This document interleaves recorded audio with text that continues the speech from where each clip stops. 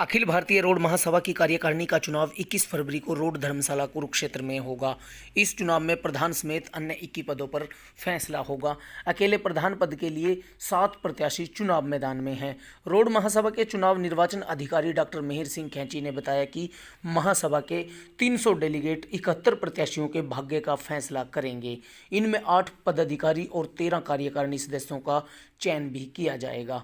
उन्होंने बताया कि सुबह 9 बजे से 3 बजे तक मतदान होने के बाद मतगणना शुरू होगी।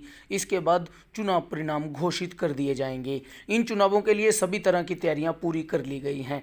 डॉक्टर मिहिर सिंह खैंची ने बताया कि 15 को नामांकन और 16 को सभी प्रत्याशियों को चुनाव चिन्ह आवंटित कर दिए गए थे।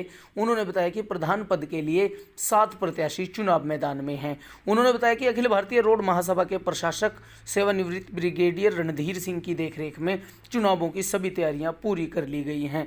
चुनाव संपन्न कराने के लिए 18 सहायक चुनाव अधिकारियों की ड्यूटियां लगाई गई हैं। उन्होंने कहा कि मतदान केंद्र में किसी भी मतदाता को मोबाइल लेकर जाने की छूट नहीं दी गई है। इसके साथ ही कोविड-19 को लेकर जारी हिदायतों के अनुसार मास्क लगाना अनिवार्य होगा।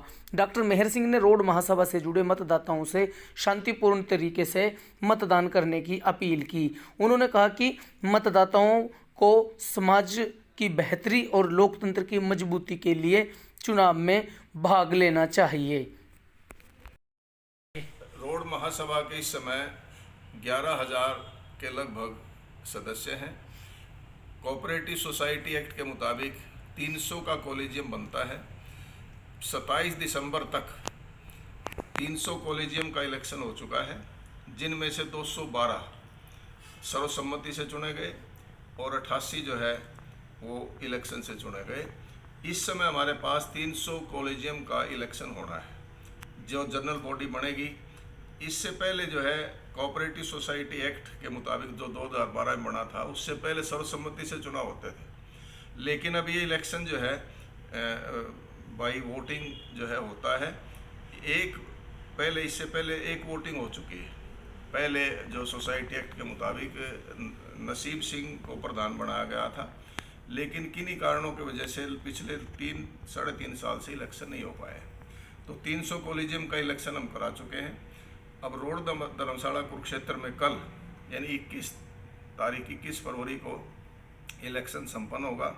उसके लिए हमने संपूर्ण रूप से तैयारियां कर ली हैं। इसमें कुल मिलाकर के 71 कैंडिडेट मैदान में हैं।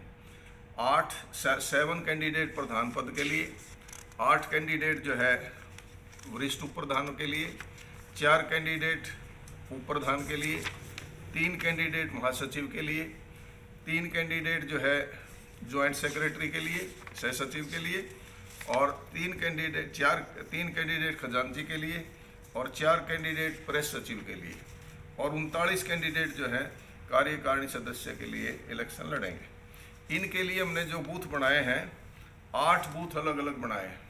अलग अलग पोस्ट के लिए अलग अलग बूथ होगा। स्टाफ की ड्यूटी लगा दी गई है। सबके लिए बूथ का अरेंजमेंट पूरे, सबका वोटिंग का पैटर्न भी अलग अलग है। वोटिंग अलग अलग तरीके से होगी। अलग अलग बूथ पे अलग अलग वोट डलेंगे, जिससे किसी प्रकार की कोई जो है गलती ना हो। वोटिंग ऊपर हाल में होगी और जो है उसमें किसी को भी मोबाइल ले जाने की इजाज़त नहीं होगी। क्या संदेश देंगे जो मतदाता हैं? हम मतदाताओं को ये संदेश देते हैं कि सभी साथी बहुत जिम्मेदार हैं। 300 सदस्य जो चुने गए हैं, बरादरी के सभी मौजूद व्यक्ति हैं।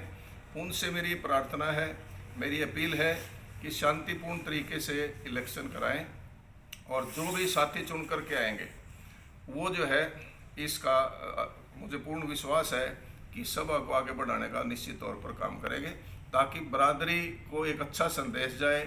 सिर्फ अपनी बरादरी, अपना समाज ही नहीं, बल्कि सारे हरियाणा के अंदर जो है संदेश जाए, क्योंकि इस बरादरी का जो फैलाव है वो हरियाणा, मुख्य तौर पर उत्तराखंड, पंचकुला, दिल्ली और जो है पंजाब, चंडीगढ़, यहाँ तक फैला हुआ है।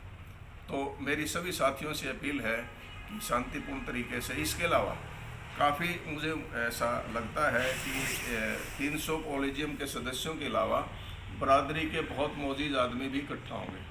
उनसे भी मेरी ये अपील है कि निश्चित तौर पर जो है भाई शांति बनाए रखें। बाकी खाने पीने की व्यवस्था, चाय पानी की व्यवस्था सभा की तरफ से धर्मशाला